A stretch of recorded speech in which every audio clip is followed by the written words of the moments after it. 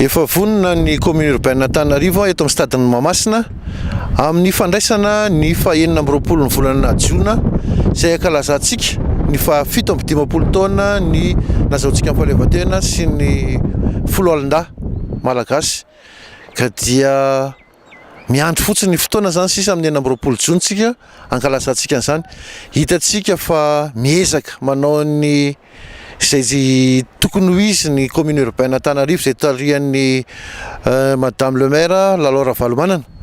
hisorana manokana azy amin'ny fanomezana torohevitra amin'ny zavatra tokony ho tanterahana eto amin'ity andraisantsika mba tsy hitsangamenatra isika malagasy amin'ny fankalazantsika an'izany fa fito amby dimampolo taona nazahoantsika ny fahaleovantena izany. Maro dia maro ny asa hisorana eto koa ny mpiasa izay miaraka ato amin'ny DCVC izay direction misahana an'ity kianja ity, hisorana ireo mpiasa satria nazoto ary ampitiavana nanaovana an'izany zavatra izany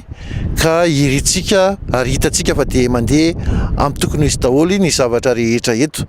Hisorana ihany koa ireo mpiara-miasa ao amin'ny commune urbaine Antananarivo, indrindra ny ato amin'ny communication izay entintsika mampafantatra ny vahoaka an'Antananarivo na ny vahoaka ny Madagasikara tsy maninona izany satria Madagasikara eto Antananarivo no renivohitra Madagasikara hampahalalantsika hoe misy fotodrafitrasa lehibe dia lehibe ho tantanin'ny commune urbaine Antananarivo dia tony kianja itony ka tsy mahatsangamenatra ny commune izany ahafahantsika mandray an'izany fetim-pirenena izany.